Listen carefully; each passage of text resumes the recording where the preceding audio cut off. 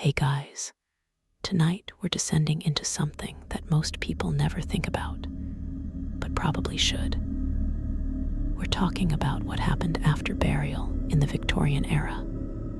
Specifically, what undertakers and grave workers discovered when they had to dig up coffins that had been sealed and buried for weeks, months, or even years. So, before we go any further into this unsettling journey, take a moment to like the video and subscribe, but only if you genuinely enjoy what we do here. And let me know in the comments where you're tuning in from and what time it is for you. It's always fascinating to see who's joining us from around the world, especially those of you settling in for the night. Now, dim the lights, maybe turn on a fan for that soft background hum, and let's ease into tonight's journey together. Victorian era, roughly spanning from 1837 to 1901, was a time of contradictions. On one hand, it was an age of progress, industrialization, scientific advancement, and imperial expansion. On the other hand, it was deeply obsessed with death, mourning, and the macabre. Death wasn't hidden away in hospitals and funeral homes like it often is today. It was ever present, intimate, and unavoidable. Infant mortality was high. Disease spread rapidly through crowded cities. Tuberculosis, cholera, typhoid, and countless other ailments cut lives short with brutal efficiency. The average life expectancy hovered somewhere in the 40s, and that's being generous. Death was a constant companion, and the Victorians developed an elaborate culture around it. Mourning rituals were strict and performative. Widows wore black for years. Mourning jewelry made from the hair of the deceased became fashionable. Post-mortem photography captured the dead posed as if they were merely sleeping, often surrounded by grieving family members. It was all very theatrical, very proper, and very, very strange by today's standards. But beneath all that pomp and ceremony lay a darker, more visceral reality. Bodies had to go somewhere, and in the overcrowded cities of Victorian England, finding space for the dead was becoming a serious problem. Churchyards were packed to bursting. Graves were stacked on top of each other, sometimes literally. The soil in London's cemeteries was so saturated with decomposing human remains that it had a distinct, nauseating odor. Residents near graveyards complained of the smell, the sickness, and the unsettling reality that their water sources were likely contaminated by leaking corpses. It was a public health disaster waiting to happen, and in many cases, it already had. This overcrowding led to a grim necessity: exhumation. Graves had to be reused. Coffins had to be moved, opened, or simply crushed to make room for new occupants. And it was during these exhumations that undertakers, grave diggers, and cemetery workers discovered things that would haunt them for the rest of their lives. Let's start with the basics. What exactly is exhumation? In simple terms, it's the act of digging up a body that's already been buried. In the Victorian era, this happened far more often than you might think. Sometimes it was for legal reasons: a suspected poisoning, a murder investigation, or a dispute over inheritance. Other times, it was purely practical: cemeteries ran out of space. Families wanted to move their loved ones to a different location, or developers needed the land for other purposes. And sometimes it was done secretly and illegally by body snatchers or resurrectionists who sold fresh corpses to medical schools for dissection. But we'll get to that horror show in a moment. When a coffin was exhumed legally, it was supposed to be done with care and respect. In reality, it was often a rushed, unpleasant job carried out by workers who were underpaid, overworked, and understandably not thrilled about spending their day elbow deep in rot and decay. The process began with digging. Depending on how long the body had been buried, the soil could be soft and easy to move, or it could be compacted, heavy, and mixed with fragments of wood, fabric, and worse. Grave diggers worked in shifts, shoveling through layers of earth until they hit the coffin, assuming the coffin was still intact. Victorian coffins varied wildly in quality. The wealthy were buried in heavy, sealed lead coffins designed to preserve the body and contain the smell. The poor were lucky to get a thin wooden box, often shoddily constructed and prone to collapsing under the weight of the earth above. When the coffin was finally unearthed, the next step was to open it. And this is where things got truly disturbing, because no matter how carefully a body had been prepared, no matter how expensive the coffin, no matter how deep the grave, time and biology were merciless. What awaited inside was rarely peaceful and often far worse than anyone expected. The first thing workers noticed was the smell. Even before the coffin was fully opened, the odor would begin to seep out. A thick, cloying stench of decay that clung to clothing, hair, and skin. It was the smell of putrefaction, of flesh breaking down, of gases building up inside a sealed space. Those who worked in exhumations regularly learned to breathe through their mouths, to wrap cloth around their faces, and to steel themselves against the nausea that inevitably followed. But the smell was just the beginning. Once the coffin lid was pried open, the real horror revealed itself. If the body had been buried for only a few weeks, it might still be somewhat recognizable. The skin would be discolored, bloated, and covered in a waxy substance called adipocere, also known as grave wax.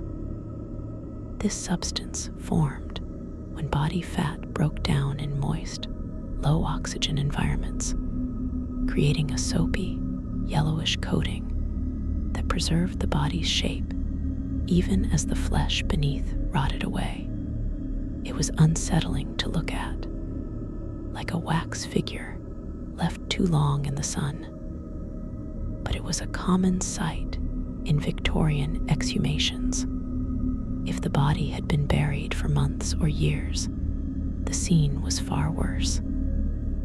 Flesh would be gone entirely, leaving behind only bones, scraps of cloth, and perhaps some hair. Coffins that had leaked or flooded would contain a thick, dark sludge, a soup of decomposed tissue, fabric, and fluids that had nowhere else to go. Workers had to wade through this muck, sifting for bones or personal effects, trying not to think too hard about what they were touching. But the most disturbing discoveries weren't the expected ones. It wasn't the rot, the smell, or even the bones. It was the signs that something had gone terribly, horribly wrong.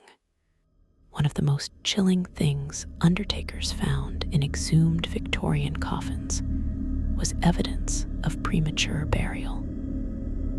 Yes, people being buried alive. It sounds like something out of a Gothic horror novel, and in many ways it was. But it was also a very real fear in the Victorian era, and with good reason. Medical science at the time was still primitive. Doctors didn't always have reliable ways to confirm death. Conditions like catalepsy, comas, and certain types of poisoning could mimic death so convincingly that even trained professionals were fooled. There were no EEGs, no heart monitors, no brain scans. A doctor would check for a pulse, hold a mirror to the mouth to see if it fogged, and perhaps listen for a heartbeat. If nothing was detected, the person was declared dead, but pulses could be faint, breathing could be shallow, and in the rush to bury bodies, especially during epidemics when the dead were piling up faster than they could be processed, mistakes were made. Terrible, unforgivable mistakes. When coffins were opened years later, undertakers sometimes found signs that the occupant had woken up. Scratch marks on the inside of the coffin lid, deep gouges in the wood where fingernails had desperately clawed for escape, splinters embedded in finger bones, bodies positioned in ways that suggested struggle, twisted, contorted, arms raised, as if trying to push the lid open. Fabric from burial shrouds torn and bunched, evidence of frantic movement. These discoveries were nightmarish. Imagine being the worker who opened a coffin, expecting to find a peacefully decomposed body, only to see the unmistakable signs of a person who had woken up in the dark, realized where they were, and died in absolute terror. It's the kind of thing that stays with you, the kind of image that creeps into your dreams and never quite leaves. The fear of premature burial became so widespread in Victorian society that it spawned an entire industry of safety coffins. These were coffins equipped with bells, flags, breathing tubes, and escape hatches, all designed to give the accidentally buried a chance to signal for help. Some coffins had a string attached to a bell above ground. If you woke up buried, you could ring the bell, and hopefully, someone would hear and dig you up. This is actually where the phrase "saved by the bell" is sometimes said to have originated, though that etymology is disputed. Other safety coffins were more elaborate. Some had small windows or air vents. Others included ladders, shovels, or even fireworks that could be set off from inside the coffin to attract attention. A few particularly paranoid Victorians left instructions in their wills, demanding that their bodies be decapitated or have stakes driven through their hearts before burial, just to make absolutely sure they were dead. It sounds extreme, but when you consider the alternative, waking up 6 feet underground in a sealed box, it starts to make a grim kind of sense. Despite all these precautions, exhumations continued to reveal the horrifying truth. People were still being buried alive, and no amount of bells or breathing tubes could save them if no one was around to hear or respond in time. Now let's talk about body snatchers. Because if legal exhumations were disturbing, illegal ones were downright horrifying. In the early 19th century, medical schools desperately needed cadavers for dissection and study. Anatomy was a growing field, and students couldn't learn without hands-on experience. But there was a problem. The only legal source of bodies for dissection was executed criminals, and there simply weren't enough of them to meet demand. So, a black market emerged. Enter the resurrectionists, men who made their living by digging up fresh graves and selling the bodies to medical schools. No questions asked. These weren't your average grave robbers. They were professionals, working quickly and efficiently under cover of darkness. They knew which cemeteries had the loosest security, which graves were freshest, and how to extract a body without leaving obvious signs of disturbance. They didn't steal the coffin. That would be theft, which carried a harsher penalty. Instead, they took only the body, which was legally considered to have no owner and therefore couldn't be stolen, a legal loophole that let them operate with relatively light consequences if caught. The process was brutal. Resurrectionists would dig down to the head of the coffin, smash through the lid, loop a rope or hook around the corpse's neck or chest, and yank it out.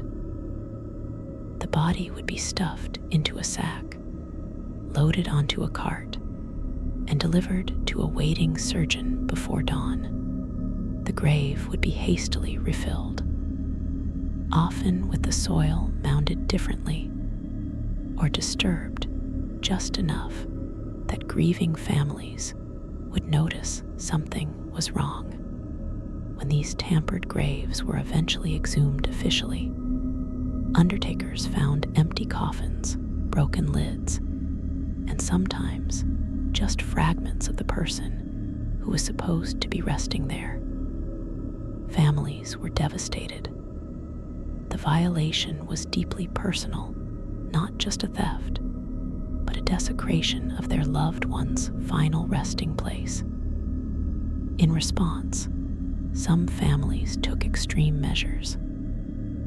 Mort safes, heavy iron cages, were placed over graves to prevent tampering. Watchtowers were built in cemeteries, and guards were hired to patrol at night. Some graveyards even employed spring guns and traps, devices that would fire or trigger if someone tried to dig up a grave. It was a grim arms race between grieving families and the men who preyed on their dead. But body snatching wasn't the only thing that made Victorian exhumations nightmarish. There were also the medical experiments. In the 19th century, scientists and doctors were obsessed with understanding the human body, and they didn't always let ethics get in the way. Bodies that were exhumed for study were sometimes subjected to bizarre and invasive procedures. Autopsies were performed, organs removed and preserved in jars, bones measured and cataloged. Some bodies were injected with preservatives or chemicals to see how they reacted.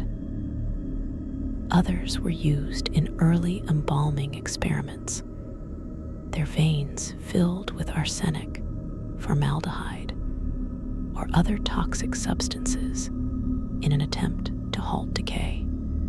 And then there were the freak show displays. Yes, some exhumed bodies, particularly those that had been naturally mummified or preserved in unusual ways, were put on public display.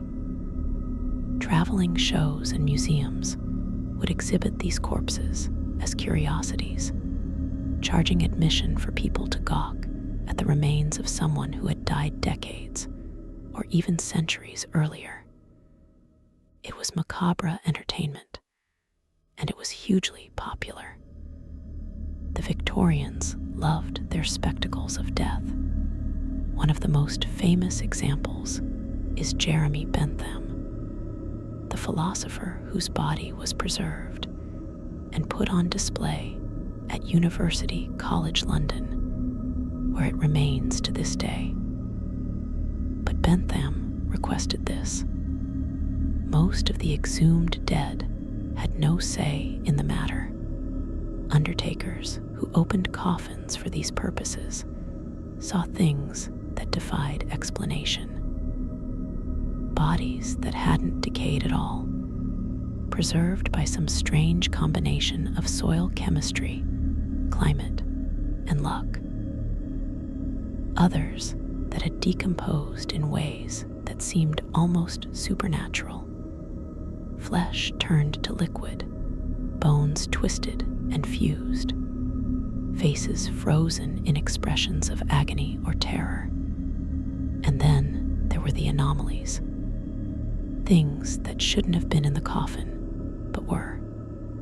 Objects that had been buried with the dead, sometimes intentionally, sometimes not. Victorian burial customs often included placing personal items in the coffin. Jewelry, photographs, letters, locks of hair, even small toys for children. These objects were meant to comfort the dead or serve as mementos for the living. But when coffins were exhumed, undertakers sometimes found items that were far more disturbing. Religious artifacts, crucifixes, rosaries, and Bibles were common and expected. But occasionally, workers would find objects that suggested rituals or beliefs that went beyond mainstream Christianity. Pagan symbols, strange charms, coins placed over the eyes or in the mouth. An ancient tradition meant to pay the ferryman to the afterlife. Some coffins contained mirrors, supposedly placed to trap the soul or reflect evil spirits away. Others held garlic, salt, or iron nails, protections against vampires and other supernatural threats. It sounds like folklore, and it was, but the Victorians took it seriously. Superstition ran deep, especially in rural areas and among the working class. And then there were the letters. Undertakers sometimes found notes tucked into coffins, final messages from the living to the dead, or more disturbingly, from the dead to the living. Some were touching, expressions of love and grief.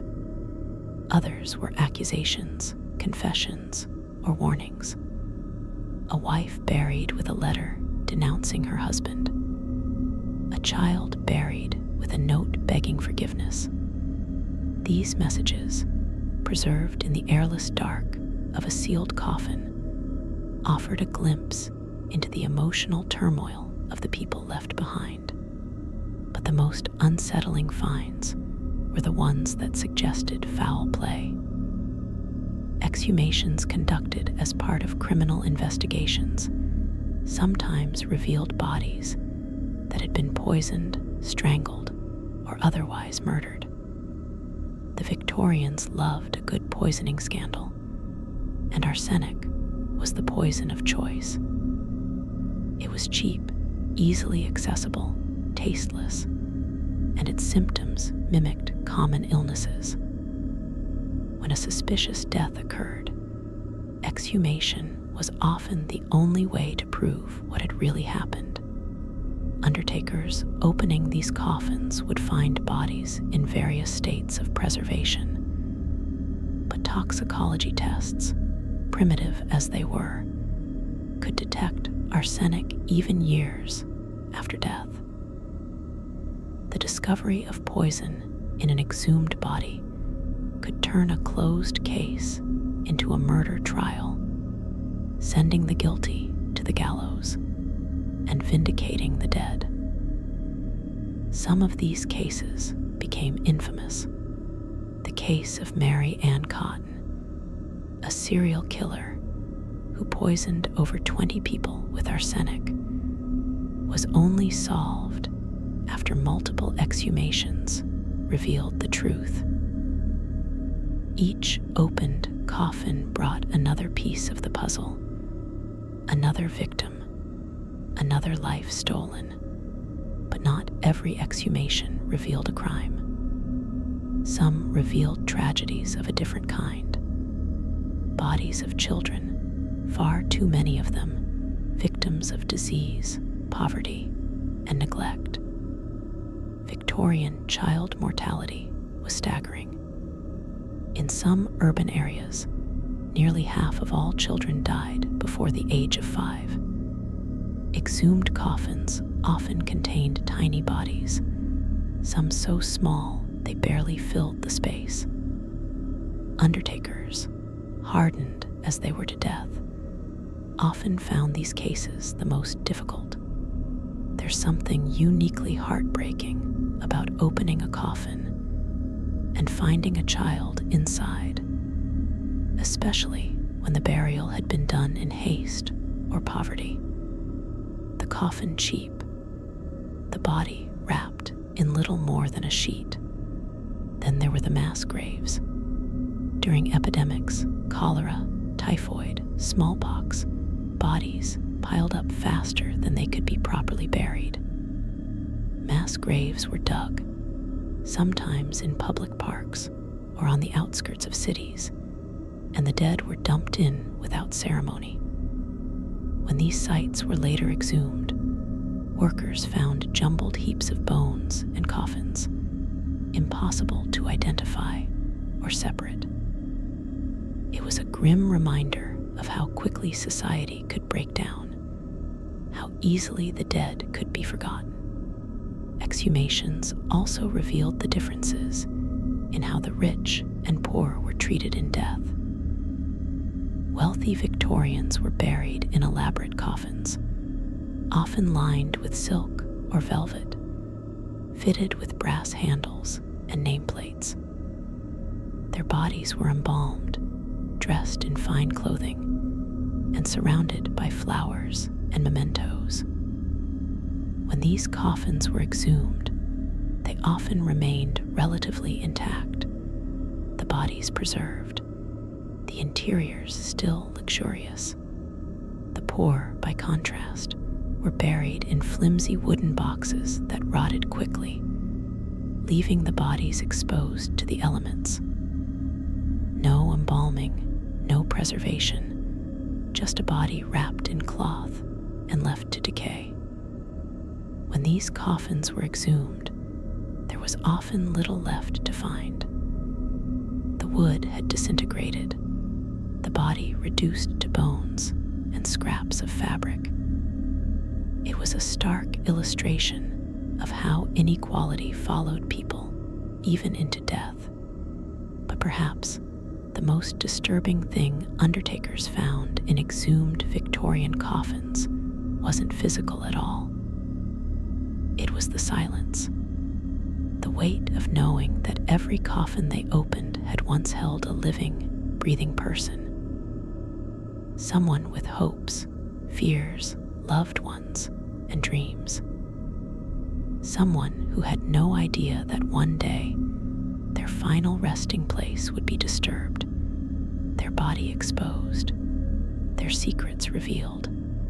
There was a profound sadness to the work, a sense of intrusion and violation that no amount of professional detachment could erase. Undertakers and grave workers didn't talk much about what they saw. It wasn't the kind of thing you brought up over dinner, but the images stayed with them. The scratch marks on the coffin lid, the twisted bodies, the empty coffins robbed by resurrectionists, the children, the poison victims, the forgotten poor. It all accumulated, a catalog of horrors that most people never had to confront. And yet, the work continued. Coffins were opened, bodies examined, reburied, or moved. The cycle repeated again and again, because death, as the Victorians knew all too well, never stopped. It just waited, patient and inevitable for everyone. The Victorian obsession with death extended far beyond the grave. It permeated every aspect of society, from fashion to literature, from art to science. And nowhere was this obsession more visible than in the elaborate mourning rituals that governed how people were expected to grieve. But beneath the surface of these carefully choreographed performances of sorrow lay a darker truth. Death was messy, unpredictable, and often terrifying. And when coffins were exhumed, that truth became impossible to ignore. Let's talk about what happened to bodies after burial. The process of decomposition is natural, inevitable, and deeply unpleasant. In the Victorian era, most people had at least a basic understanding of what happened to a body after death, even if they didn't have the scientific vocabulary to describe it. They knew that flesh rotted, that bones remained, that time was cruel to the dead. But knowing something intellectually and witnessing it firsthand are two very different things. Undertakers, who exhumed Victorian coffins, saw decomposition in all its stages, and what they found often contradicted everything mourners wanted to believe about their loved ones resting in peace. The first stage of decomposition begins almost immediately after death. Within minutes, blood stops circulating, cells begin to die, and bacteria that once lived harmlessly in the gut start to spread throughout the body. This is when the smell begins, faint at first, but growing stronger with each passing hour. In the Victorian era, embalming was not standard practice for most people. It was expensive, time-consuming, and required chemicals that weren't always available. So most bodies were buried within a day or two of death, with minimal preservation. This meant that by the time the coffin was sealed and lowered into the ground, decomposition was already well underway. Within the first few days, the body would begin to bloat. Gases produced by bacteria built up inside the torso, causing the abdomen to swell and distend. The face would puff up, features becoming distorted and unrecognizable. Skin would darken and take on a greenish tint, especially around the abdomen. Fluids would begin to leak from the mouth, nose, and other orifices, staining the burial clothes and pooling at the bottom of the coffin. This is the stage where the smell becomes truly overpowering. A thick, sweet, nauseating odor that can make even experienced undertakers gag. When coffins were exhumed after only a week or two, this is what workers found.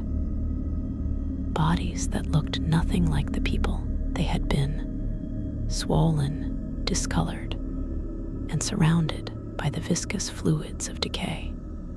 But the process didn't stop there. Over the following weeks and months, the body would continue to break down. Skin would begin to slip away from the underlying tissue, a process called skin slippage, leaving behind raw, exposed flesh. Hair and nails, which many people believed continued to grow after death, would appear longer simply because the skin around them had receded. The bloating would eventually subside as gases escaped through tears in the skin or through the natural openings of the body. What remained was a deflated, shrunken version of what had once been a person. And still, the decomposition continued. By the time several months had passed, soft tissues would be largely gone. Organs would have liquefied and drained away. Muscles would have separated from bones. What was left was a skeleton, still held together by dried ligaments and scraps of leathery skin, dressed in rotting fabric and lying in a pool of dark, foul-smelling liquid. This liquid, called purge fluid, was a mixture of decomposed tissue, bodily fluids, and the byproducts of bacterial activity. It collected at the bottom of coffins, seeping into the wood, saturating the burial clothes, and creating a horrific sludge that undertakers had to wade through when exhuming bodies. In some cases, though, decomposition didn't follow the expected pattern. Environmental factors could dramatically alter how a body broke down.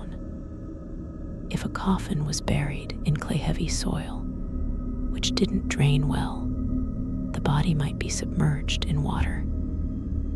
This could slow decomposition, or in some cases, lead to a condition called saponification, where body fat turned into a waxy, soap-like substance called adipocere. Bodies affected by this process looked almost mummified, their features preserved in a ghastly, waxy mask. Undertakers opening these coffins were often shocked by how recognizable the bodies still were, even years after death. It was unsettling, like looking at a person frozen in time, neither fully alive nor fully gone. On the other hand, if a coffin was buried in sandy, well-drained soil, decomposition could happen much faster. The body would dry out, tissues would mummify, and what was left would be a leathery, desiccated husk. These mummified bodies were lighter, easier to handle, and less offensive to the senses, but no less disturbing to look at. The skin would be stretched tight over the bones, the face sunken and skeletal, the eyes long gone, leaving empty sockets that stared at nothing. Some of these naturally mummified bodies were so well preserved that they became objects of scientific curiosity, studied, photographed, and in some cases, displayed in museums or medical schools. But not every exhumation revealed a body at all. Sometimes, undertakers opened coffins to find them completely empty. This wasn't always due to body snatchers, though that was certainly a possibility. In some cases, the body had decomposed so thoroughly that nothing remained. The coffin had leaked, the soil had drained away the fluids, and even the bones had crumbled into dust. It was as if the person had never been there at all. For families who had paid for an exhumation, hopping to move their loved one to a new resting place, or to confirm their identity, this was a devastating discovery. Their loved one was simply gone, erased by time and nature. Then there were the coffins that had collapsed entirely. Cheap wooden coffins, especially those buried in wet or acidic soil, didn't last long. The wood would rot, the nails would rust, and eventually the entire structure would give way. leaving the body exposed to the surrounding earth. When these graves were exhumed, workers would find not a coffin, but a grave-shaped depression filled with bones, fabric, and soil. The remains would have to be carefully sifted and collected, a slow, painstaking process that required shovels, sieves, and a strong stomach. It was hard not to feel a sense of indignity about it all. This person had been buried with care, with ceremony, with the expectation that they would rest undisturbed. And now, their bones were being picked out of the dirt like archaeological artifacts. Exhumations also revealed the ways in which Victorian burial practices sometimes went horribly wrong. One of the most disturbing discoveries was the presence of vermin in coffins. Rats, mice, insects, and other creatures had no respect for the sanctity of the grave. If a coffin had any gaps or cracks, they would find their way in, attracted by the smell of decomposition. What they did once inside was predictable and horrifying. They fed on the body, gnawing through flesh, burrowing into cavities, and leaving behind droppings and nests. When coffins were exhumed, undertakers sometimes found the remains of these creatures inside, their tiny skeletons mixed with those of the deceased. It was a grim reminder that even in death, the body was not safe from the appetites of the living. Insects were even more common. Flies, beetles, and other carrion feeders would lay their eggs on or near a body before burial, and those eggs would hatch inside the sealed coffin. Maggots would consume the soft tissues, speeding up decomposition and leaving behind nothing but bones and empty pupal casings. In some exhumed coffins, workers found layers of these casings, evidence of multiple generations of insects that had lived and died feeding on the corpse. It was revolting, but also a stark illustration of nature's efficiency. Death was food, and the cycle continued regardless of human sentiment. The presence of plants was another unexpected discovery. Tree roots, in their relentless search for water and nutrients, would sometimes penetrate coffins, growing through cracks in the wood or gaps in the seal.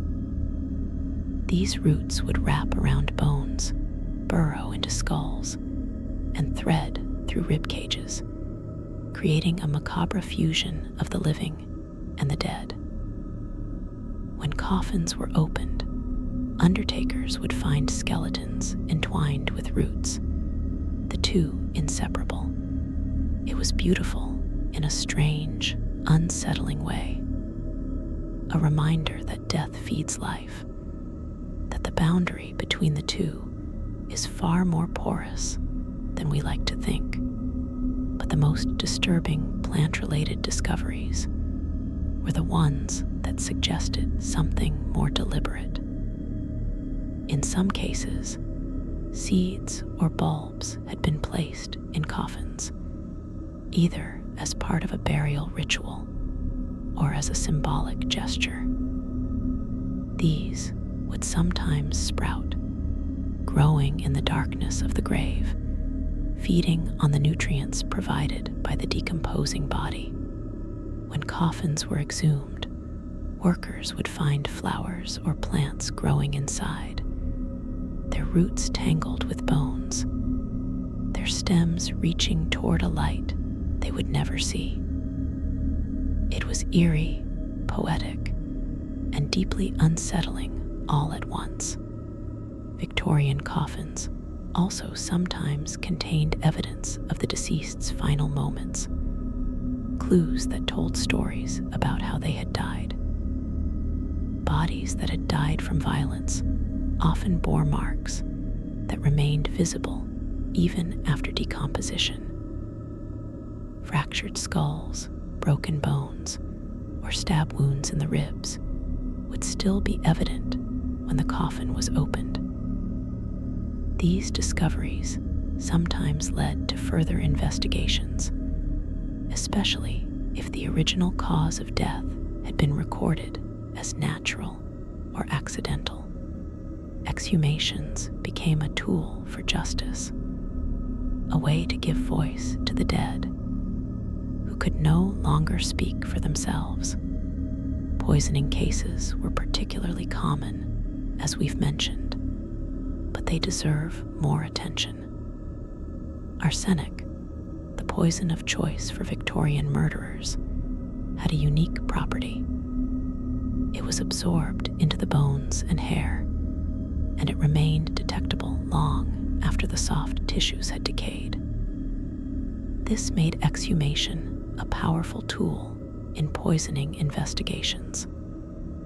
Bodies that had been buried for years could still provide evidence of foul play. The famous case of Charles Bravo, who died in 1876 under mysterious circumstances, involved multiple exhumations and toxicological analyses. Each time his body was dug up, scientists tested for poison, trying to determine whether he had been murdered or had taken his own life. The process was invasive, degrading, and ultimately inconclusive, but it highlighted just how far the Victorians were willing to go in their pursuit of the truth. But not all exhumations were about solving crimes. Some were about confirming identity. In cases where multiple people had been buried in the same grave, or where records were unclear, exhumation was the only way to determine who was actually in the coffin. This was especially common in paupers' graves, where the poor were buried in mass plots with little ceremony and even less documentation. When these graves were exhumed, often decades later, workers would find a jumble of bones, coffins stacked on top of each other, and no clear way to tell who was who. It was a sad, chaotic testament to how little value society placed on the lives of the poor, even in death. Identifying bodies from these mass graves was a grueling process. Workers would sort through the remains, looking for anything that might provide a clue: clothing, jewelry, dental work, unique bone structures. In some cases, family members would be brought in to try to identify their loved ones based on these fragments. It was heartbreaking work, made all the more difficult by the fact that many of the bodies were children. Paupers' graves were filled with them, tiny skeletons that told stories of lives cut short by poverty, disease, and neglect. Undertakers would find coffins that were barely larger than shoeboxes, containing bones so small and fragile they could crumble at a touch. These were the forgotten dead, the ones no one had money to bury properly, and exhumation was often the first time anyone had paid attention to them in decades. Then there were the war dead. The Victorian era saw numerous military conflicts, from the Crimean War to the Boer War, and soldiers who died abroad were often buried hastily in mass graves or temporary cemeteries.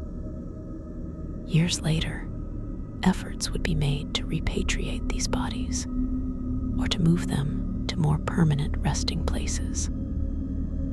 Exhumations of military graves revealed the brutal reality of war. Bodies were often found in uniforms that had rotted away, leaving only buttons and belt buckles as identifiers. Bones bore the marks of gunshot wounds, shrapnel, and amputations. Some skeletons were incomplete, missing limbs or heads, evidence of battlefield injuries that had been too severe to survive. It was a grim reminder that war's toll didn't end when the fighting stopped. Victorian exhumations also revealed the extent to which grave robbery was a problem. We've talked about body snatchers, but there was another form of theft that was even more common and equally disturbing. Grave robbers would break into coffins not to steal the body, but to steal the valuables that had been buried with it. Jewelry, watches, rings, gold teeth, anything of value was fair game. These thieves were often opportunistic, striking soon after a burial when they knew the deceased had been buried with expensive items. When coffins were exhumed, undertakers would find that fingers had been cut off to remove rings, teeth had been pulled to extract gold fillings, and clothing had been torn apart in the search for hidden valuables. It was a violation that went beyond theft, a desecration that left families feeling as though their loved ones had been attacked all over again. In response to this problem, some families took extreme precautions. They would bury their loved ones with decoy jewelry, cheap imitations that would satisfy thieves without sacrificing genuine valuables. Others would arrange for guards to watch over fresh graves for the first few nights, the most vulnerable period. And some would opt for deeper burials or more secure coffins, anything to protect the dead from the living who preyed on them. But no precaution was foolproof. Grave robbers were persistent, and they knew how to work quickly and quietly. By the time a theft was discovered, often during an exhumation months or years later, the culprits were long gone. Victorian exhumations also brought to light the ways in which the funeral industry itself was sometimes corrupt or negligent. Undertakers were supposed to handle the dead with dignity and respect, but not all of them did. Some would cut corners, using cheap materials or skipping steps in the burial process to save money. Others would outright defraud grieving families, charging for expensive coffins or services, and then delivering something far cheaper. When coffins were exhumed, these deceptions were exposed. Families who had paid for solid oak coffins would find their loved ones buried in pine. Those who had paid for lead-lined coffins would discover that the lead was just a thin sheet covering a wooden interior. It was a betrayal that added insult to injury, and it fueled calls for regulation and oversight of the funeral industry. But perhaps the most emotionally devastating discoveries in exhumed coffins were the personal ones. Objects that had been placed in the coffin by grieving family members, tokens of love and remembrance that were never meant to be seen again. Letters, photographs, children's toys, wedding rings, lockets containing hair or portraits.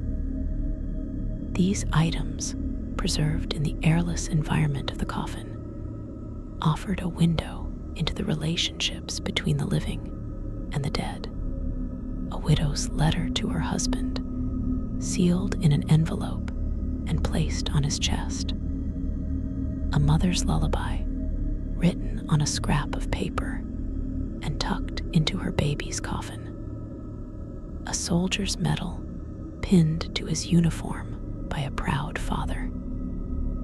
These were private moments of grief, never intended for public viewing, and their discovery during exhumation felt like an intrusion. Undertakers would sometimes read these letters or examine these objects, not out of morbid curiosity, but because they needed to catalog everything found in the coffin. It was part of the job, but it was also deeply uncomfortable.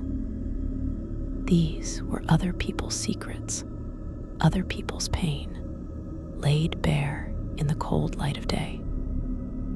Some undertakers would try to return these items to surviving family members, if any could be found. Others would simply rebury them with the remains, feeling that it was the right thing to do. But either way, the act of opening the coffin had violated something sacred, and that knowledge weighed heavily on the workers who did this job day after day. Exhumations also revealed the ways in which Victorian society dealt with stigmatized deaths. Suicides, for example, were considered sinful and shameful, and those who took their own lives were often denied burial in consecrated ground.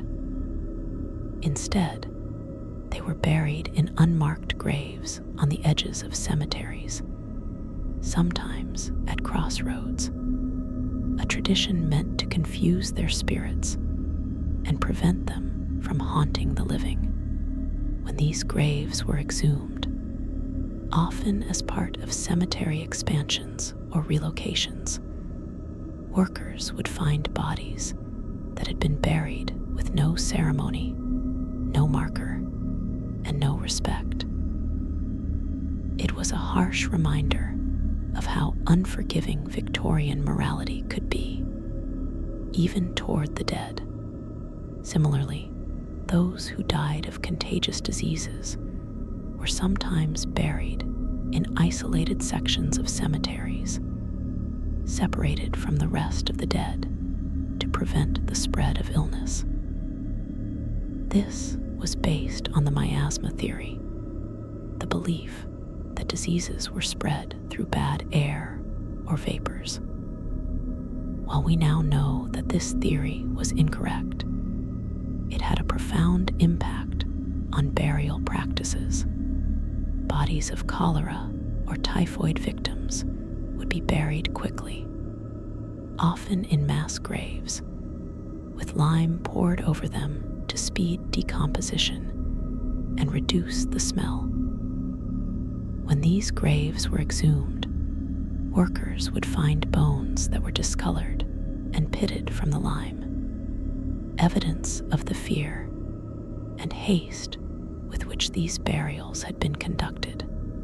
Victorian exhumations also sometimes revealed cases of infanticide.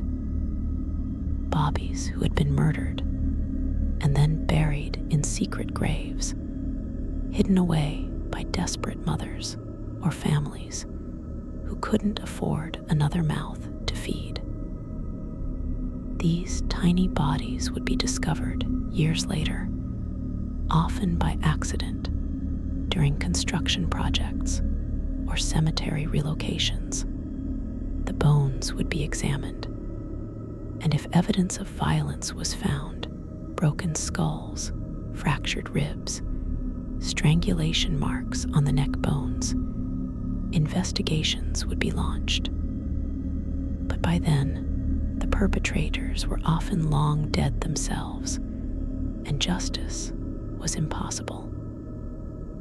All that remained was the sad knowledge that these children had lived, however briefly, and that their deaths had been hidden and forgotten. The discovery of these infant remains was particularly hard on the workers who found them. No matter how many exhumations they had done, no matter how hardened they had become to the realities of death, finding a baby's skeleton never got easier. It was a reminder that innocence was no protection, that vulnerability was often punished rather than protected, and that the world could be unspeakably cruel. Some undertakers would say prayers over these tiny remains, a small gesture of respect for lives that had received none. Others would simply work in silence, their faces grim, their movements careful and reverent. But not all discoveries were tragic. Some were simply strange. Victorian coffins occasionally contained objects that defied explanation, things that shouldn't have been there, and that raised more questions than they answered. Strange symbols carved into the wood, coins from foreign countries, bottles containing unknown liquids, bundles of herbs or flowers that had long since dried to dust. Some of these objects were clearly part of burial rituals, folk practices that had been passed down through generations, and that continued even as Christianity became the dominant religion. Others were mysteries, their purpose lost to time. One particularly strange phenomenon that undertakers occasionally encountered was the presence of what appeared to be writing on the inside of coffin lids. Not the frantic scratch marks of premature burial, but deliberate, careful letters or words. In some cases, these were names or dates, possibly carved by the deceased before their death as part of some personal ritual. In other cases, they were messages or symbols that no one could decipher. Were they last thoughts, prayers, curses? No one knew, and the people who might have been able to explain were long gone. These inscriptions added an eerie, almost supernatural element to the already unsettling work of exhumation. Victorian exhumations also brought attention to the poor conditions of many cemeteries. Overcrowding was a constant problem, especially in urban areas where space was limited and demand was high. Graves were dug too shallow, coffins were stacked too close together, and the soil was reused so many times that it was more corpse than earth. When exhumations were conducted in these cemeteries, workers would often find that coffins had crushed into each other, that bones from different graves had become mixed together, and that the ground itself was saturated with decomposition fluids. It was a public health nightmare, and it eventually led to reforms. The creation of rural cemeteries on the outskirts of cities, stricter regulations on burial depth and spacing, and the eventual adoption of cremation as an alternative. But reform came slowly, and in the meantime, the work of exhumation continued. Undertakers and grave workers became experts in death, not in the abstract, philosophical sense, but in the visceral, practical sense. They knew what a body looked like at every stage of decay. They knew how to handle remains without damaging them. They knew how to control their reactions, to keep their faces neutral, to do their job even when every instinct screamed at them to look away. It was hard, unpleasant, often traumatizing work, that someone had to do it. And so they did, day after day, grave after grave, coffin after coffin. The stories they could tell would fill volumes, but most of them never spoke about what they saw. They simply carried it with them, a burden that grew heavier with each exhumation. The psychological toll of exhumation work was something that the Victorians rarely discussed openly, but it was very real. Undertakers and grave workers existed in a liminal space between the living and the dead, witnesses to things that most people would never see and could never truly understand. They developed coping mechanisms, dark humor, emotional detachment, rituals to cleanse themselves after a particularly difficult exhumation. But beneath these defenses, many carried deep psychological scars. Nightmares were common. So was alcoholism. Some workers simply quit after a few months, unable to handle the constant exposure to death in its most raw and unforgiving forms. But for those who stayed, there was a strange kind of intimacy that developed with the dead. They handled bones with a gentleness that bordered on reverence. They spoke softly when working, even though there was no one to hear. They learned to read the silent stories that bodies told, the life of hardship written in curved spines and worn joints, the sudden violence recorded in fractured skulls, the slow wasting of disease visible in thin, porous bones. In a way, they became the last witnesses to these lives, the final people to acknowledge that these individuals had existed at all. It was heavy, meaningful work, even when it was horrifying. One aspect of Victorian exhumations that hasn't been fully explored yet is the role of medical science. The 19th century was a period of rapid advancement in anatomy, pathology, and forensic medicine. Doctors and scientists were eager to study human remains, to understand disease, to perfect surgical techniques, to unlock the mysteries of the body. Exhumation provided them with a steady, if ethically questionable, supply of specimens. Bodies that were dug up for legal or practical reasons would often be diverted to medical schools or research facilities, sometimes with the family's permission, often without. These medical exhumations were conducted with a level of detachment that could be shocking. Bodies were measured, photographed, dissected, and studied with clinical precision. Organs were removed and preserved in jars of formaldehyde. Skeletons were cleaned, articulated, and displayed in medical museums. Brains were extracted, weighed, and sliced into thin sections for microscopic examination.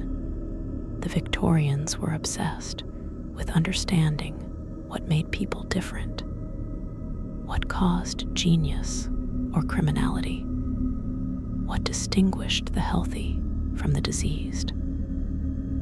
And they believed that the answers could be found by studying the dead.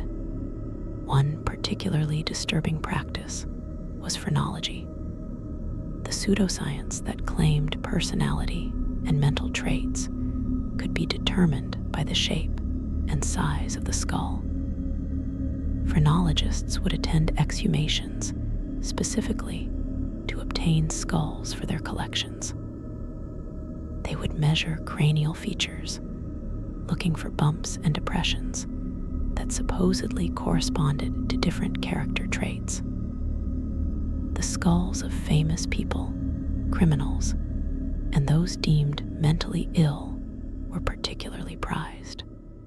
When coffins were exhumed, phrenologists would sometimes be present, waiting to claim the skull before the body was reburied or before family members could object. It was grave robbery with a scientific veneer, and it was widely practiced throughout the Victorian era. The bodies of executed criminals were especially sought after for medical study. After public hangings, the bodies would be taken down and immediately transported to anatomy theaters, where they would be dissected in front of audiences of medical students and curious spectators. But even after burial, these bodies were not safe. Exhumations of executed criminals were relatively common, conducted under the guise of research or education. The families of these individuals rarely had any say in the matter. Their loved ones had been condemned by society in life, and that condemnation extended into death. Their bodies became property of the state, to be used as science saw fit.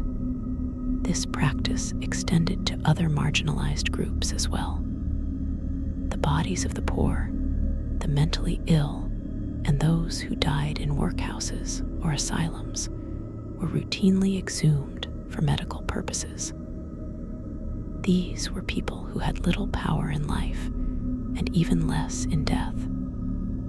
No one advocated for them. No one demanded that they be treated with dignity. And so their bodies were dug up, studied, experimented on, and discarded. It was a system that reflected and reinforced the class hierarchies of Victorian society, where some lives and some deaths were valued more than others. But medical exhumations also led to genuine scientific breakthroughs. The study of preserved organs helped doctors understand diseases like tuberculosis, cholera, and syphilis. Examination of bones revealed nutritional deficiencies and the long-term effects of physical labor. Forensic techniques developed through the study of exhumed bodies would eventually become crucial tools in criminal investigations. The knowledge gained through these exhumations, however ethically questionable the methods, did advance medical science in ways that benefited the living. It's a complicated legacy, one that forces us to confront the uncomfortable truth that progress sometimes comes at the expense of human dignity. Victorian exhumations also played a role in what we might call proto-archaeology. As cities expanded and new construction projects began, old burial grounds were frequently discovered. Some of these were medieval or even Roman in origin, their locations forgotten over centuries. When these ancient graves were exhumed, they revealed fascinating insights into how people lived and died in earlier eras. But the methods used were often crude and destructive.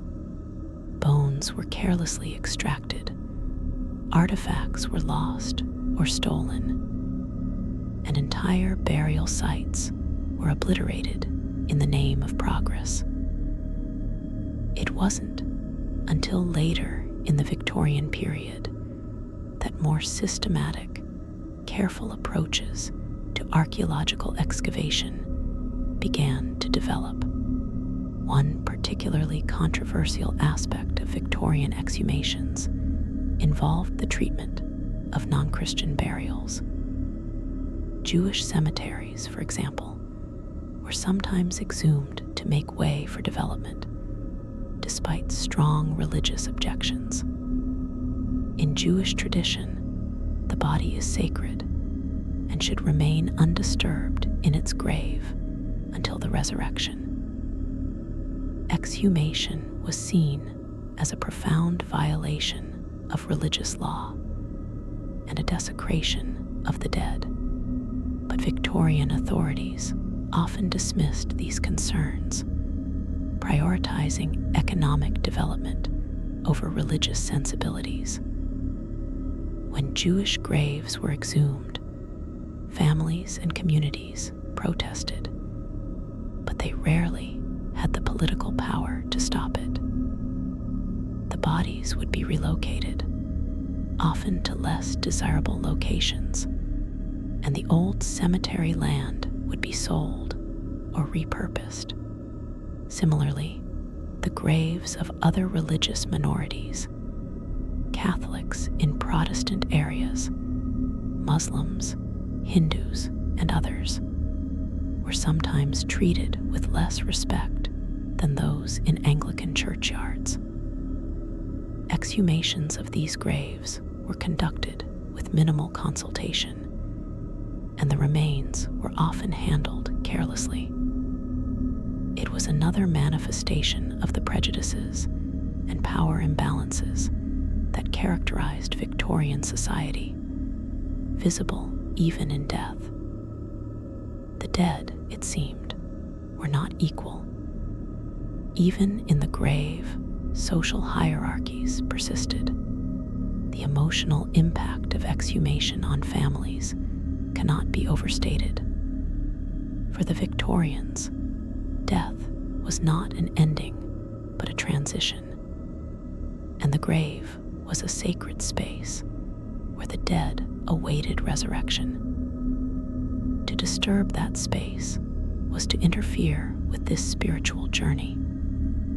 When families learned that their loved ones' graves were to be exhumed, the reaction was often one of profound distress.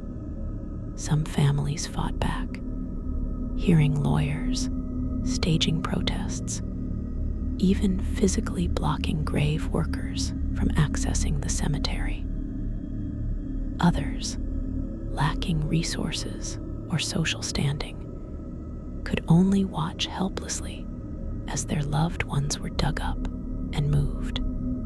The actual process of exhumation was often conducted with little sensitivity to the feelings of surviving family members. Grave workers would arrive at dawn, sometimes without warning, and begin digging. The sound of shovels striking earth, the sight of soil being thrown aside, the slow revelation of the coffin, all of this happened while families stood by, powerless to stop it. And then came the moment when the coffin was opened, when the condition of the body was revealed. For families who had held onto idealized memories of their loved ones, this could be shattering.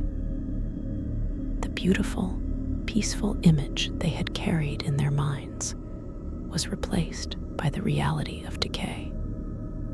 And that reality was impossible to unsee. Some families requested that they be present during exhumations, wanting to ensure that their loved ones were treated respectfully. But witnessing an exhumation was a traumatic experience. The smell alone was enough to make people sick. The sight of a decomposed body, especially one that had been beautiful or beloved in life, could cause fainting, hysteria, or lasting psychological trauma. Undertakers would often try to dissuade families from being present, but some insisted. They felt they owed it to the dead to bear witness, to ensure that this final indignity was carried out as carefully as possible. In cases where bodies were being moved to new graves, families would sometimes hold a second funeral, the remains would be placed in a new coffin, blessed by a priest, and reburied with ceremony. It was an attempt to restore some dignity to the process, to reaffirm the bonds between the living and the dead. But it was also an acknowledgement that the original burial had been violated, that something sacred had been lost. The second funeral was both an act of love and an act of mourning, not just for the person who had died, but for the peace that had been taken from them. Victorian literature and art often reflected this anxiety about exhumation and the disturbance of the dead. Gothic novels were filled with grave robbers, reanimated corpses, and vengeful spirits who had been disturbed in their rest. These stories tapped into deep cultural fears about death and the afterlife, fears that were rooted in the very real experiences of exhumation that many Victorians witnessed or heard about. The image of the violated grave became a powerful symbol of social decay, moral corruption, and the breakdown of the natural order. It appeared in poems, paintings, and popular ballads, a recurring motif that expressed collective unease about the treatment of the dead. One of the most famous literary treatments of exhumation appears in the poetry of Thomas Hood, whose work often dealt with death and social injustice. His poem, The Dream of Eugene Aram, tells the story of a murderer haunted by his victim's ghost, and it includes vivid descriptions of a disturbed grave and a body that refuses to stay buried. The poem was enormously popular in Victorian England, precisely because it articulated fears that many people felt but rarely spoke about. The dead, in Hood's vision, were not passive or powerless. They could return, could demand justice, could refuse to be forgotten. It was a comforting fantasy in some ways, a belief that even in death, people mattered, that their stories would not simply end. But the reality of exhumation was far less poetic. It was dirty, difficult work that most people preferred not to think about. The men who did this work were often looked down upon, seen as somehow tainted by their constant proximity to death. They were necessary, certainly. Someone had to handle the dead, but they were not respected. They occupied a social position similar to that of executioners or slaughterhouse workers, performing a task that society needed but didn't want to acknowledge.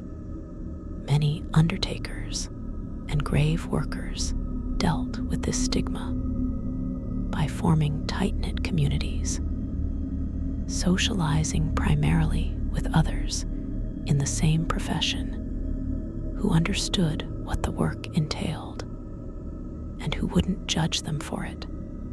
The tools used in Victorian exhumations were simple but effective. Shovels, of course, were the primary implement, used to remove the soil covering the grave. Pickaxes might be employed if the ground was hard, or if tree roots had grown into the grave. Crowbars were essential for prying open coffin lids, especially if the nails had rusted or the wood had swollen with moisture. Ropes and pulleys were used to lift coffins out of deep graves, and for handling the remains themselves, workers used their hands, often protected only by thin cloth gloves that did little to shield them from the unpleasant realities of decomposed flesh. In later Victorian times, as exhumation became more common and more regulated, specialized tools began to appear. Coffin lifters, metal devices that could hook under a coffin and allow it to be raised without damaging it, became standard equipment.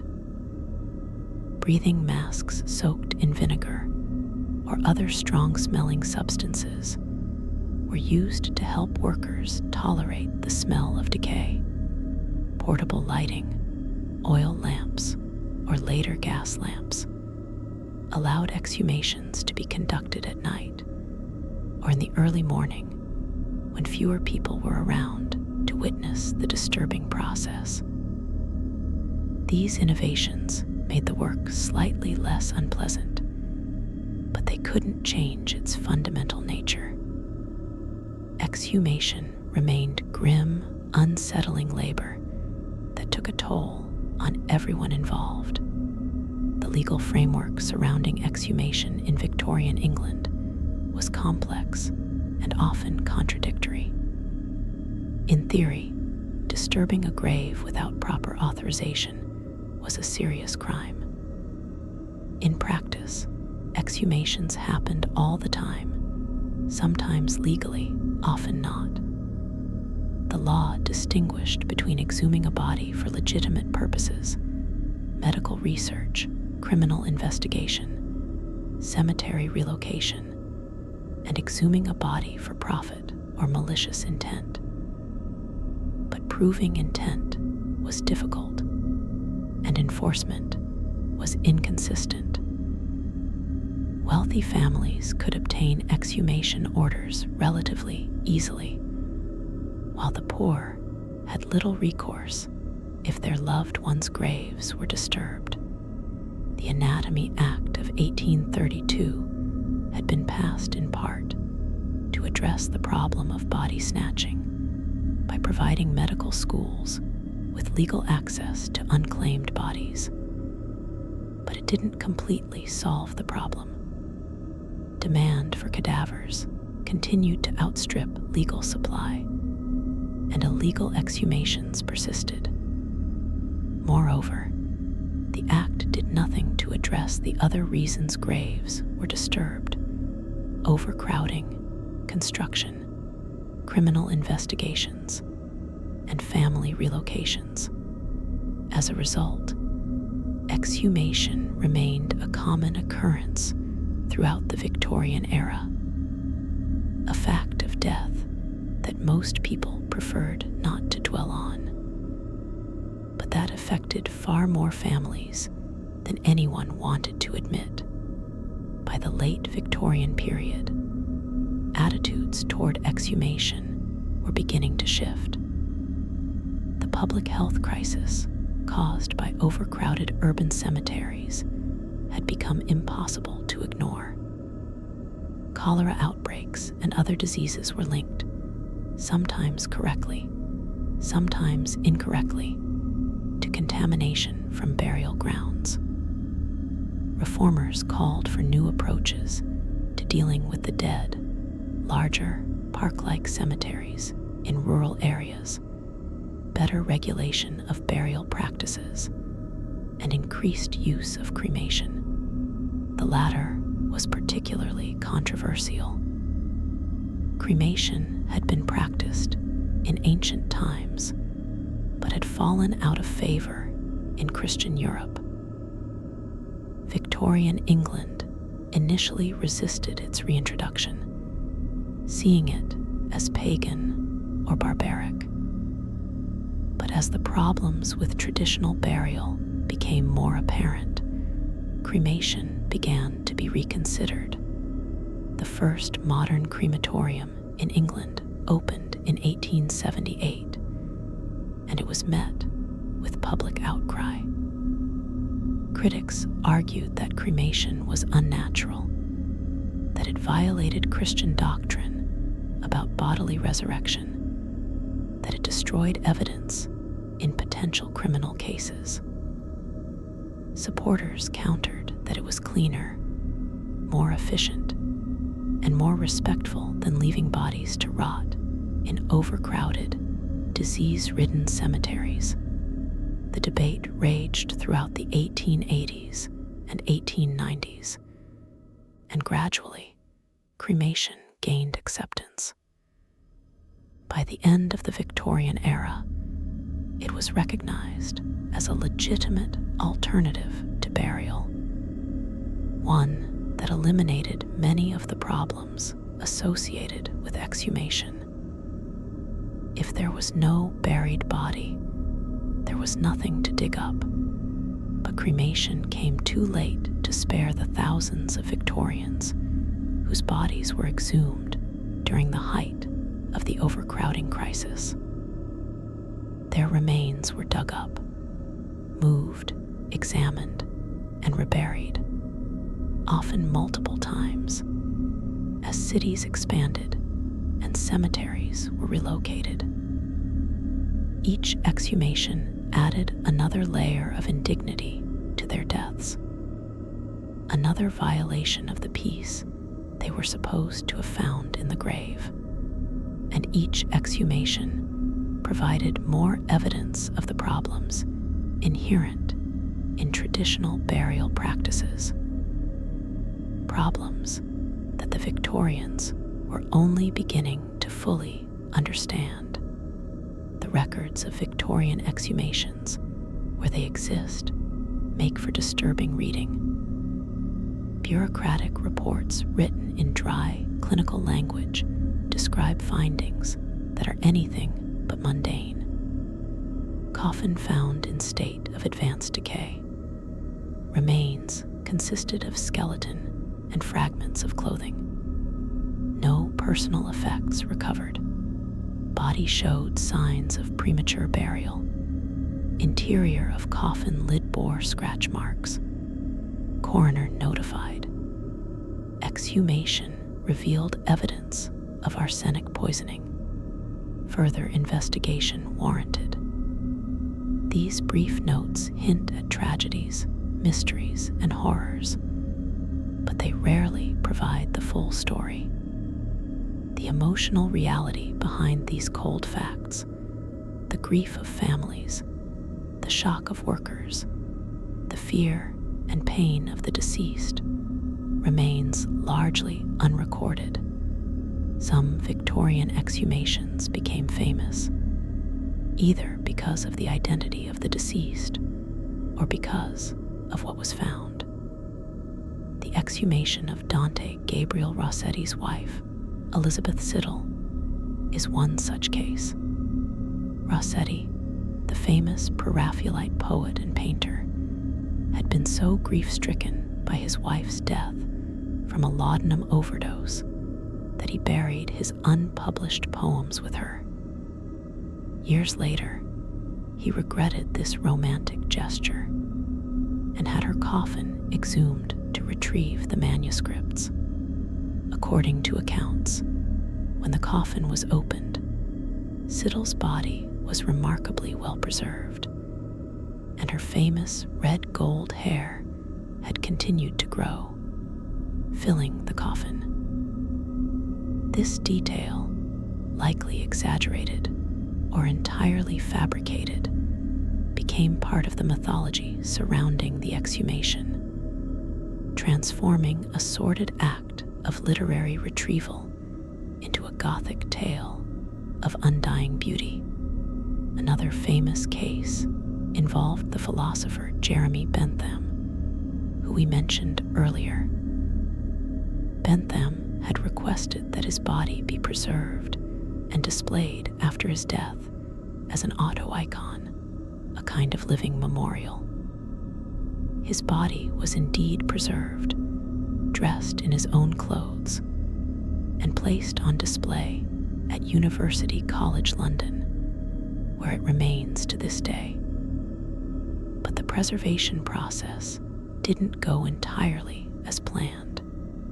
Head, which was supposed to be mummified, was damaged during the process and had to be replaced with a wax replica. The real head was kept in storage for many years, a occasionally brought out for display, until it was finally retired due to deterioration and vandalism. Bentham's case is unusual in that he actively wanted his body to be exhumed and used, but it illustrates the Victorian fascination with death, preservation, and the idea that the dead could somehow remain present among the living. Not all famous exhumations were voluntary or had such relatively benign purposes. The body of Charles I, the king who was executed during the English Civil War in 1649, was exhumed in 1813 when his tomb in Windsor Castle was being investigated. When the coffin was opened, witnesses reported that the king's body was remarkably well preserved, his features still recognizable nearly 170 years after his death. The head, which had been severed during the execution, was found to have been carefully placed back with the body. This exhumation was driven by historical curiosity and perhaps by a desire to confirm the king's identity and the truth of his execution. It was conducted with respect and reverence, a marked contrast to the exhumations of commoners, whose bodies were often treated as objects rather than as the remains of people who had once lived and loved. The treatment of royal and aristocratic remains during exhumation was indeed very different from the treatment of ordinary people. When a tomb of a noble or royal personage had to be disturbed, it was done with ceremony and care. Clergy were present. Detailed records were kept. The remains were examined gently, often by scholars or historians rather than by ordinary grave workers. And when the exhumation was complete, the body would be reinterred with appropriate ritual, sometimes with more pomp than the original burial had received. This differential treatment reinforced the class distinctions that permeated Victorian society. Even in death, not all bodies were equal, but regardless of social class, all exhumed bodies shared one thing in common. They were vulnerable, exposed to light, air, and scrutiny after months or years of darkness and isolation. They could no longer protect their own dignity. They depended entirely on the living to treat them with respect, and that respect was not always forthcoming. Some bodies were handled roughly, dropped, or damaged during the exhumation process. Others were examined more thoroughly than necessary, subjected to indignities that served no practical purpose. And some were simply abandoned, left in storage rooms or warehouses when plans to rebury them fell through, or when no one could be found to claim them. These forgotten bodies, neither properly buried nor properly acknowledged, existed in a kind of limbo, a final indignity for people whose lives had already been marked by hardship or tragedy. The workers who conducted Victorian exhumations developed, out of necessity, a dark sense of humor, jokes about death, decay, and the macabre helped them cope with the psychological strain of their work.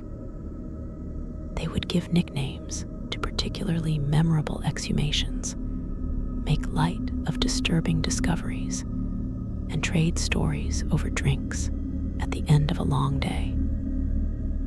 This humor could seem callous or disrespectful to outsiders, but it was a survival mechanism. Without it, the weight of what they saw and handled every day would have been unbearable.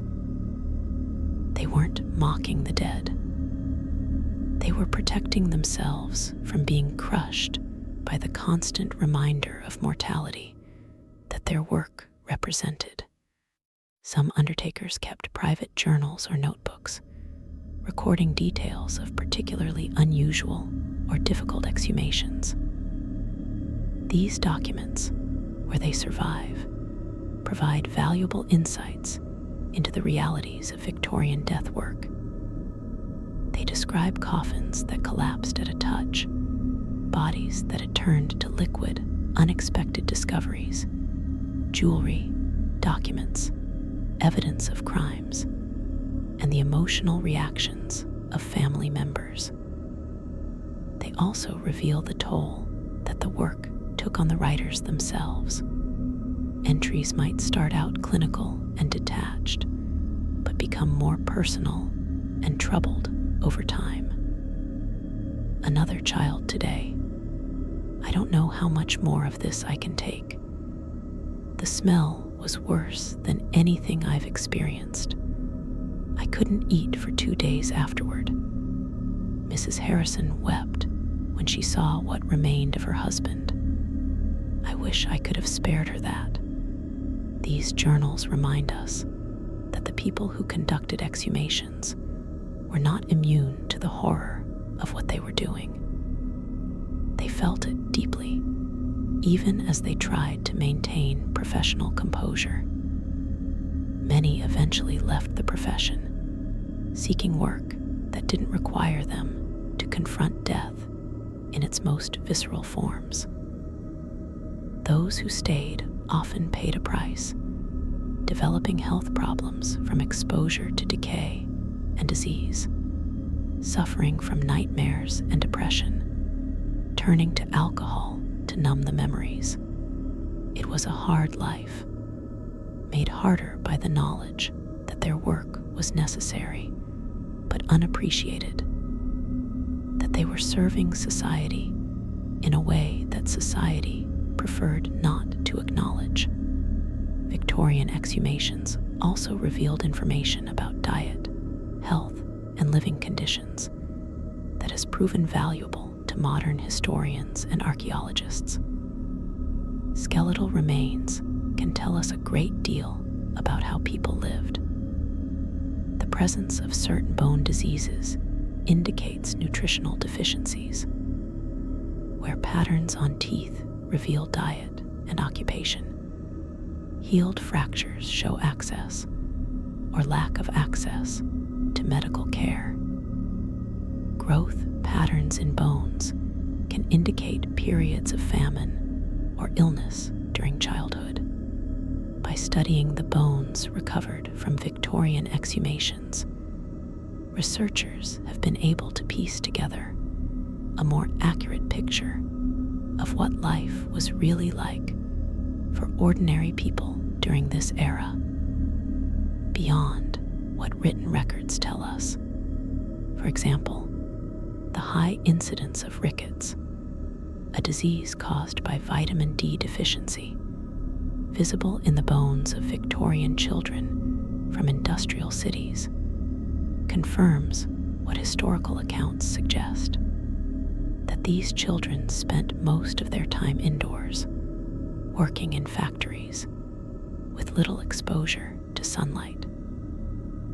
Similarly, the prevalence of arthritis and spinal problems in the remains of working-class adults reflects the physically demanding nature of Victorian labor. Bodies from wealthier graves show different patterns, better nutrition, fewer signs of physical strain, longer life expectancy. Even in death, the bones of the Victorians bear witness to the inequalities of their society. The skeletal evidence from Victorian exhumations also revealed the harsh realities of industrial accidents and occupational hazards. Workers in mines, factories, and construction sites faced daily risks that often resulted in catastrophic injuries. When the bodies of these workers were exhumed, their bones told stories of broken limbs that had healed poorly or not at all, of spinal compressions from carrying heavy loads, of lung damage from inhaling coal dust or chemical fumes. These weren't just abstract statistics about workplace safety. They were individual human beings whose bodies had been broken by the demands of industrial capitalism, whose suffering was written into their very bones. Women's remains revealed their own particular hardships. Multiple pregnancies took a toll that was visible in skeletal changes, particularly in the pelvis and spine. Complications from childbirth, which was the leading cause of death for women of childbearing age in the Victorian era, sometimes left marks on the bones. Malnutrition was more common in women's remains than in men's, reflecting the Victorian practice of feeding male family members first and better, leaving women and children with whatever remained. These patterns, discovered through exhumation and analysis, have helped modern scholars understand the lived experience of Victorian women in ways that written sources, which were often produced by and about men, cannot fully capture.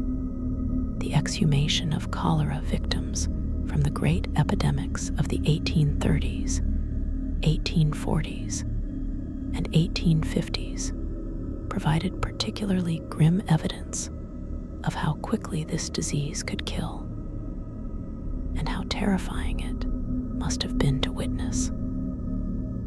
Cholera killed through rapid dehydration, and its victims often died within hours of showing the first symptoms.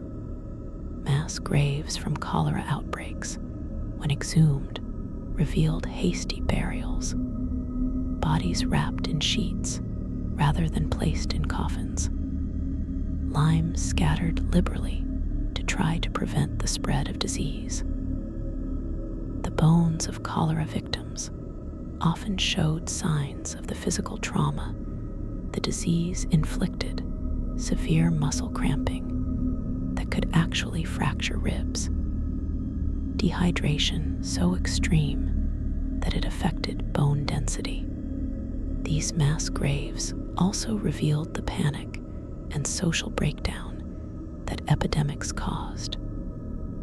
Bodies were jumbled together without regard for individual dignity. Rich and poor were buried side by side, a rare instance of equality in death, but one born of desperation rather than principle.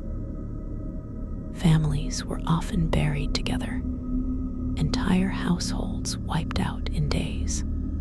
When these graves were exhumed decades later, the evidence of this catastrophic loss was still visible, a reminder that disease could reduce a thriving community to a pit full of bones in a matter of weeks. Victorian exhumations sometimes uncovered evidence of folk beliefs and practices that existed alongside, and sometimes in tension, with official Christian doctrine. Certain burials included objects clearly meant to protect the deceased or the living from supernatural threats. Iron nails driven into coffins, not for construction, but as a ward against evil spirits. Mirrors placed face down so that the deceased's ghost couldn't use them to escape. Coins placed on the eyes, an ancient practice with roots in Greek and Roman tradition, meant to pay Charon for passage across the river Styx. these pre-Christian beliefs had never entirely disappeared, and they surfaced in burial practices even in supposedly enlightened Victorian society. Some exhumed graves revealed evidence of what folklorists call deviant burials, burials that deliberately broke with normal practice in order to control the dead. Suicides, as we mentioned earlier, were sometimes buried at crossroads, but they were also sometimes buried face down, a practice meant to confuse the spirit and prevent it from rising. Those suspected of vampirism, yes, even in Victorian England, might be buried with stakes through the heart, stones in the mouth, or heavy stones placed on the chest to keep the body pinned down. When these graves were exhumed, the evidence of these practices was undeniable and deeply unsettling. It revealed the persistence of ancient fears, the belief that the dead could be dangerous, that they needed to be controlled and contained. The exhumation of these deviant burials often caused distress to the workers who uncovered them. Finding a skeleton with a stake driven through its ribcage, or with a large stone placed over its face, was a visceral reminder that the people who buried this body believed they were dealing with something monstrous, something that threatened the living. Whether or not those beliefs were justified, whether the deceased was actually dangerous or simply misunderstood, the violence of the burial practice itself was shocking. It spoke to a darker side of Victorian society, one where fear could override compassion, where those who were different or who died under suspicious circumstances could be treated as monsters rather than as people deserving of peace. The changing technology of coffin construction over the Victorian era is also visible in exhumation records. Early Victorian coffins were relatively simple wooden boxes with minimal ornamentation. But as the century progressed and the funeral industry became more commercialized, coffins became more elaborate. By the late Victorian period, middle-class families could purchase coffins with ornate handles, decorative panels, and inner linings of silk or satin. The wealthiest could afford lead-lined coffins, which were supposed to be hermetically sealed to prevent decay and contain odors. When these various types of coffins were exhumed, their different rates of survival became apparent. The elaborate wooden coffins of the middle class often looked impressive when new, but they didn't hold up well underground. Decorative elements rotted away quickly. Fancy fabrics disintegrated. What had seemed like a dignified resting place became a moldy, collapsing mess within a few years. The lead-lined coffins of the wealthy, by contrast, often remained intact for decades, but they came with their own problems. When these coffins were opened, the smell that escaped could be overwhelming. The lead seal had prevented gases from escaping, and pressure had built up inside. Opening such a coffin could result in an explosive release of putrid air. And occasionally, if the seal had been truly airtight, a kind of mummification had occurred inside, preserving the body in a state of waxy, partially decomposed limbo. The simplest coffins, used for pauper burials, were often the most practical.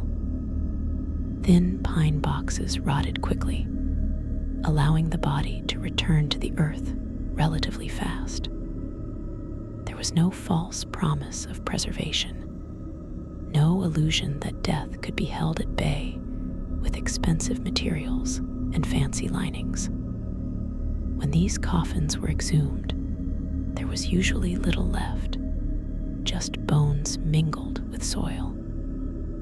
It was a more honest approach to death, an acknowledgement that the body was temporary, and that dissolution was natural and inevitable. The Victorians, for all their elaborate mourning rituals, never quite made peace with this reality.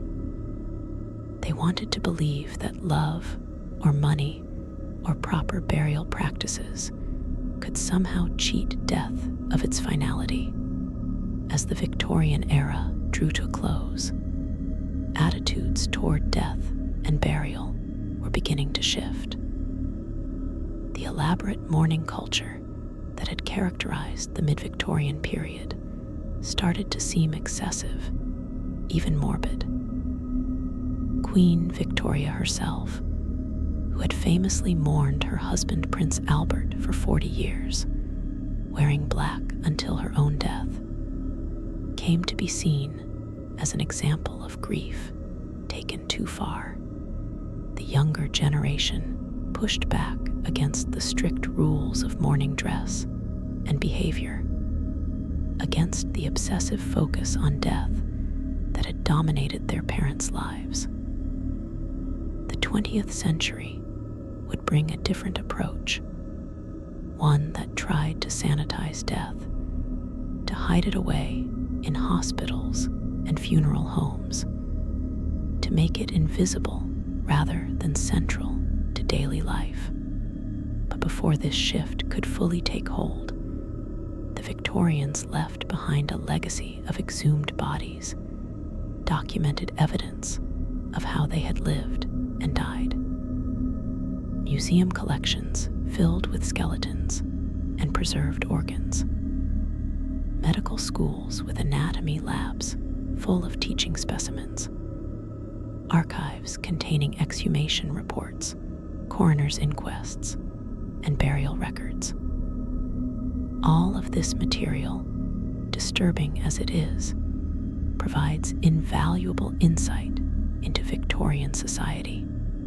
It shows us not just how people died, but how they thought about death, what they feared, what they valued, and how they tried to maintain dignity and meaning in the face of mortality. Modern archaeology and forensic science continue to benefit from Victorian exhumations. Researchers studying historical disease, working conditions, diet, and social structures rely on skeletal remains and burial records from this period. New technologies, DNA analysis, isotope studies, and advanced imaging allow us to extract even more information from bones that were first exhumed a century or more ago. We can now determine where people were born, what they ate, how they were related to each other, and what diseases they suffered from, all from analyzing remains that Victorian undertakers first pulled from the ground. In a strange way, those disturbing exhumations that seemed like violations at the time have preserved knowledge that would otherwise have been lost. But this doesn't erase the trauma that exhumation caused to Victorian families, or the disturbing nature of what was found when coffins were opened. The scratch marks, the evidence of premature burial, the signs of violence and poisoning, the tiny skeletons of children, the mass graves of epidemic victims. All of this was real. All of it happened. And all of it was witnessed by undertakers and grave workers who had to carry those images with them for the rest of their lives. We can analyze the historical significance we can appreciate the scientific value, but we shouldn't forget the human cost, the psychological burden carried by those who did this work, and the grief of families who saw their loved ones disturbed and exposed. The stories that emerged from Victorian exhumations also captured the public imagination in ways that influenced literature, art, and popular culture. Gothic horror was at its peak during this era, and real-life exhumation cases provided plenty of material for writers and artists. The novels of Bram Stoker, including Dracula, were influenced by stories of deviant burials and fears about the restless dead. Edgar Allan Poe's tales of premature burial and death's horrors resonated with readers who knew that such things actually happened. Even Charles Dickens, in his more realistic fiction, included references to overcrowded graveyards, body snatchers, and the various indignities that the dead suffered. These weren't just fantasy elements. They were reflections of genuine Victorian anxieties. The visual arts also drew on exhumation imagery. Preraphaelite paintings often depicted beautiful dead women, inspired by the story of Elizabeth Siddal's exhumation and the legend of her preserved beauty. Medical illustration books showed detailed drawings of dissected bodies and skeletal remains, images that were both educational and macabre. Photography, still a relatively new technology, was used to document exhumations for scientific and legal purposes. These photographs are difficult to look at. Stark black and white images of opened coffins and exposed remains, but they provide unvarnished evidence of what Victorian death really looked like, stripped of all romanticism and sentimentality. As we move further into our examination of what Undertakers found, we must also consider the spiritual and psychological impact of these discoveries on Victorian society as a whole. The evidence that people had been buried alive, that bodies had been stolen from graves, that the dead were not resting peacefully, shook the foundations of Victorian faith. If God was supposed to watch over the dead, how could such horrors occur? If the grave was supposed to be a place of rest until resurrection, what did it mean that the dead were being disturbed, moved, dissected, and displayed? These questions troubled many Victorians, and they contributed to the religious doubts and spiritual crises that characterized the later Victorian period. Some people lost faith entirely, concluding that if the promises of peaceful rest and eventual resurrection were so easily violated, perhaps they had never been true to begin with. Others doubled down on their beliefs, insisting that these earthly disturbances were temporary and meaningless, that the soul was separate from the body and already safely with God. Still others developed new spiritual frameworks, incorporating elements of spiritualism, the belief that the dead could communicate with the living, or theosophy, which offered alternative views of death and the afterlife. The crisis of faith, triggered in part by the realities revealed through exhumation, would have long-lasting effects on Western religious thought. The practical lessons learned from Victorian exhumations also led to concrete reforms. The public health movement gained strength from the undeniable evidence that overcrowded cemeteries were dangerous. Laws were passed requiring deeper burials, greater spacing between graves, and better drainage in cemeteries. New cemeteries were built on the outskirts of cities, designed as park-like spaces that were both hygienic and beautiful.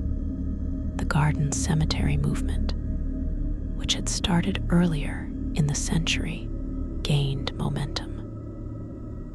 These new cemeteries were meant to be places where the living could visit without being overwhelmed by the smell and sight of death, where graves would be properly maintained and bodies would have room to decompose naturally.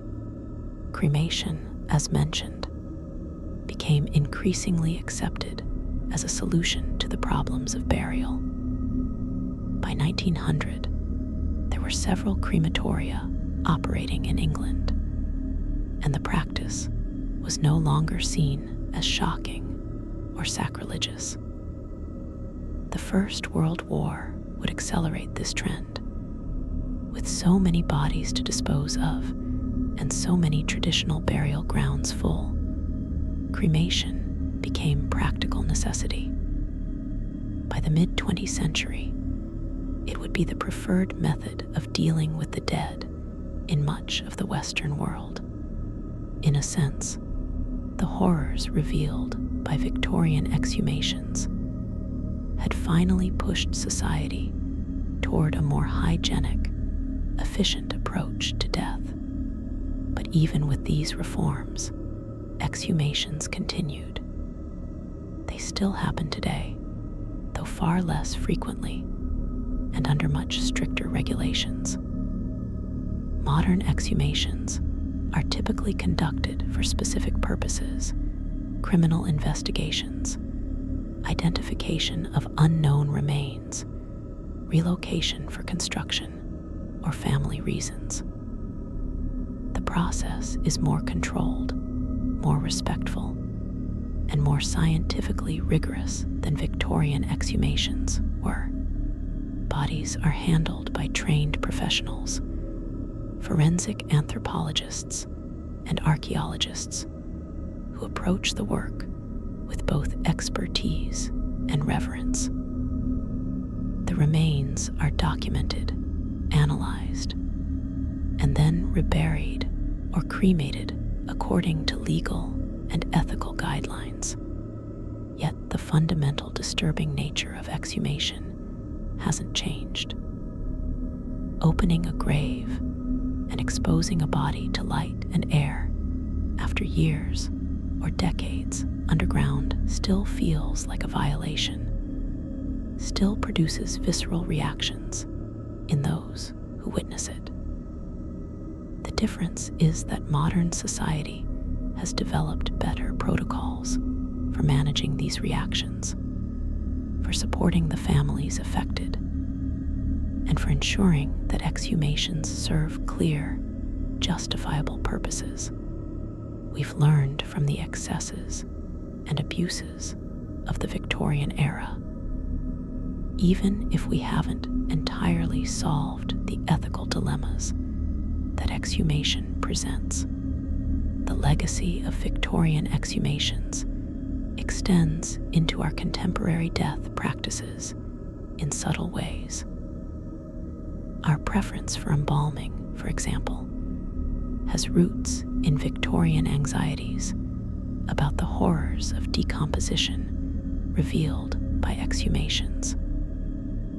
If bodies were going to be dug up, whether for relocation or investigation, people wanted them to be as preserved and presentable as possible. Modern embalming can keep a body looking relatively fresh for weeks or even months, long enough for extended wake periods, for family members to to travel long distances to attend funerals, or for legal procedures to be completed.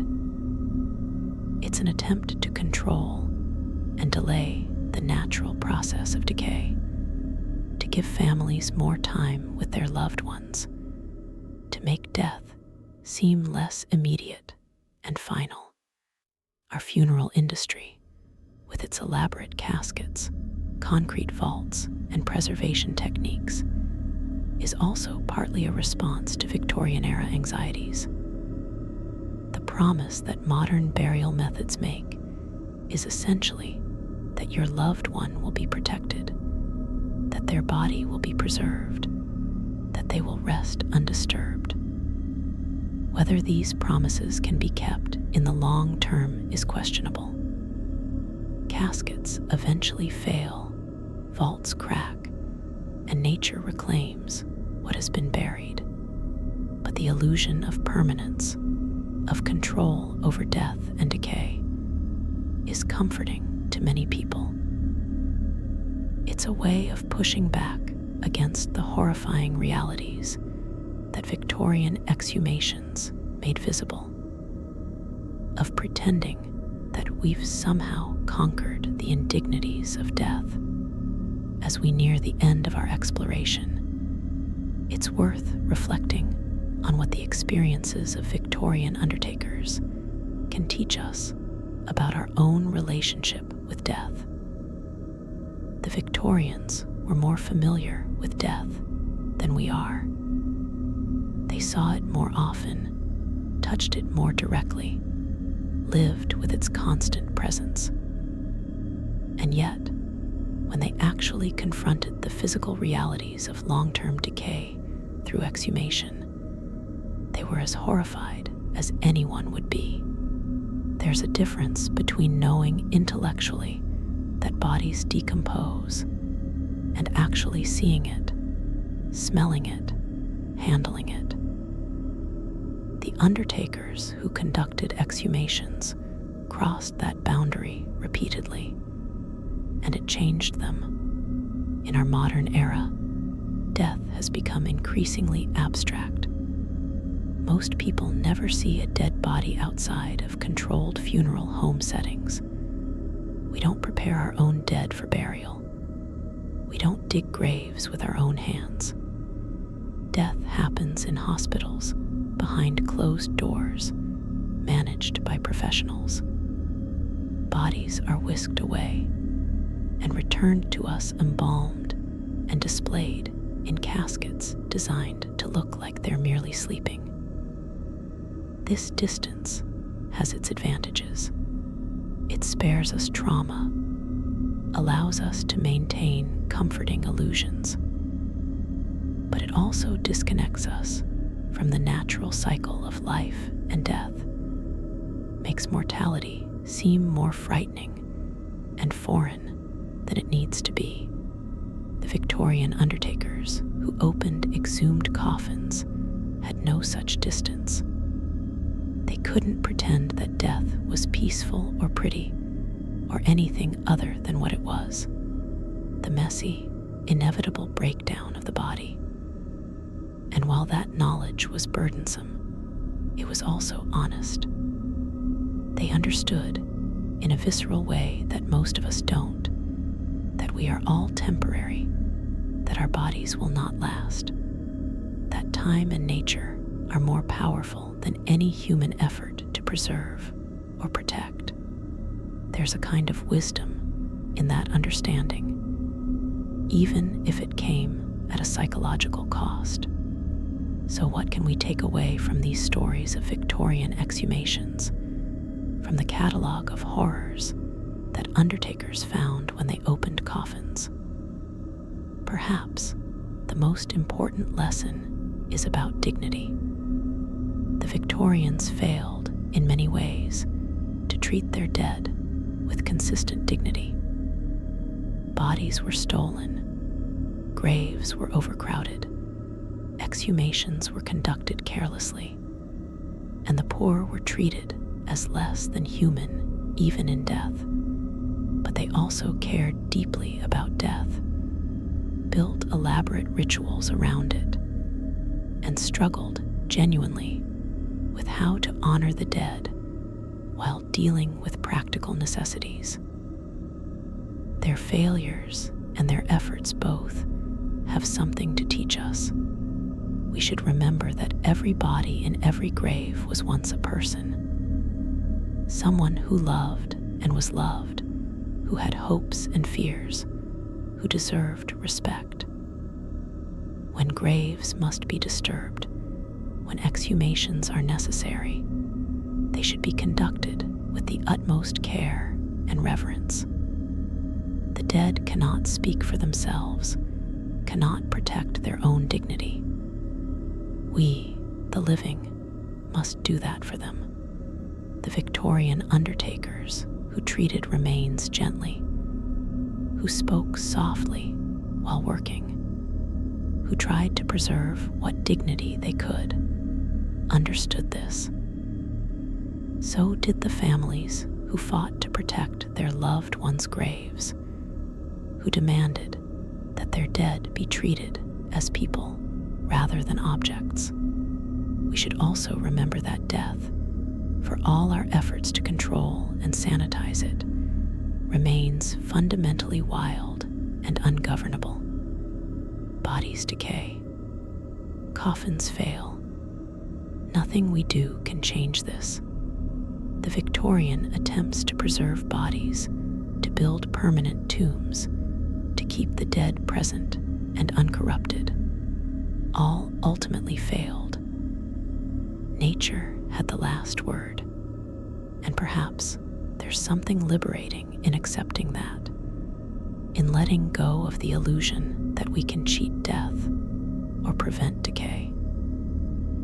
Maybe the healthiest approach is to acknowledge mortality fully, to make peace with our own temporary nature, and to focus on treating both the living and the dead with compassion and respect while we can.